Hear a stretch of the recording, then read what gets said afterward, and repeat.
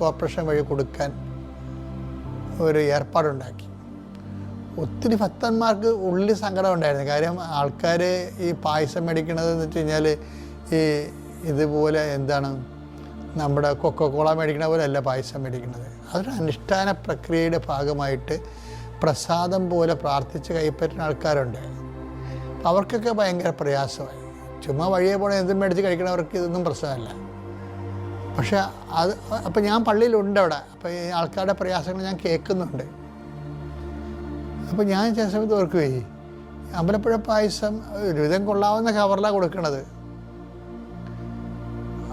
പക്ഷെ അത് അതിനേക്കാളും ബെസ്റ്റായിട്ടുള്ള കവറിൽ കൊടുക്കേണ്ടതാണ്. കാര്യം അത് മാറ്റർ ഭയങ്കര പൗരാണികവും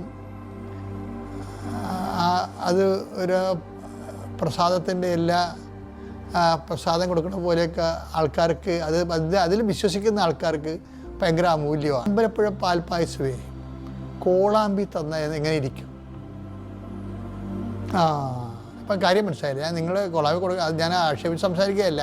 അമ്പലപ്പുഴ പായസം കോളാമ്പി തന്ന എങ്ങനെ ഇരിക്കും? അതൊരു സ്വർണ്ണപ്പാത്രത്തിൽ തന്നാൽ എങ്ങനെ ഇരിക്കും? അതാണ് രണ്ട് വ്യത്യാസം എന്ന് പറഞ്ഞത്. അതുപോലെ തന്നെയാണ് ഈ പ്രാർത്ഥിക്കുന്ന വ്യക്തി കോളാമ്പി പാർട്ടിയാണെങ്കിൽ എന്തു ചെയ്യും?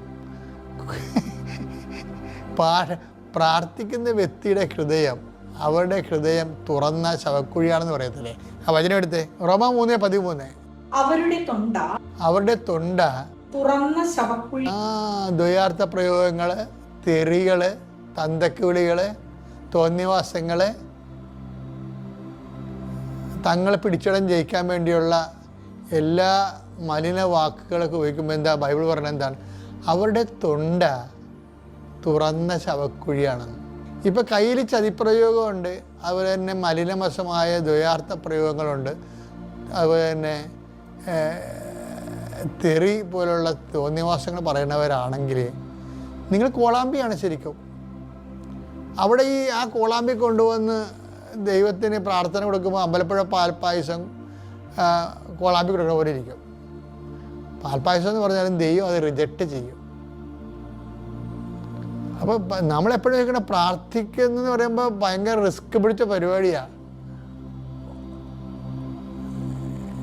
ഇപ്പം ഞാനൊക്കെ ചില സമയത്ത് ഭക്ഷണം കഴിക്കാൻ വരുമ്പോഴേ ഞാൻ പ്ലേറ്റ് മണത്ത് നോക്കും. കാരണം ധൃതിക്ക് കഴുകണമല്ലേ. ചില സമയത്ത് ഫ്രഷ് സ്മെല്ലുണ്ടാകത്തില്ല. ഇപ്പം നല്ല ഹോട്ടലിലൊക്കെ പോയി ഭക്ഷണം കഴിച്ചാൽ അവർ ആ ചൂടുവെള്ളത്തിലിട്ട് പ്ലേറ്റ് കൂടെ നമ്മുടെ മുമ്പ് വെക്കത്തുള്ളൂ.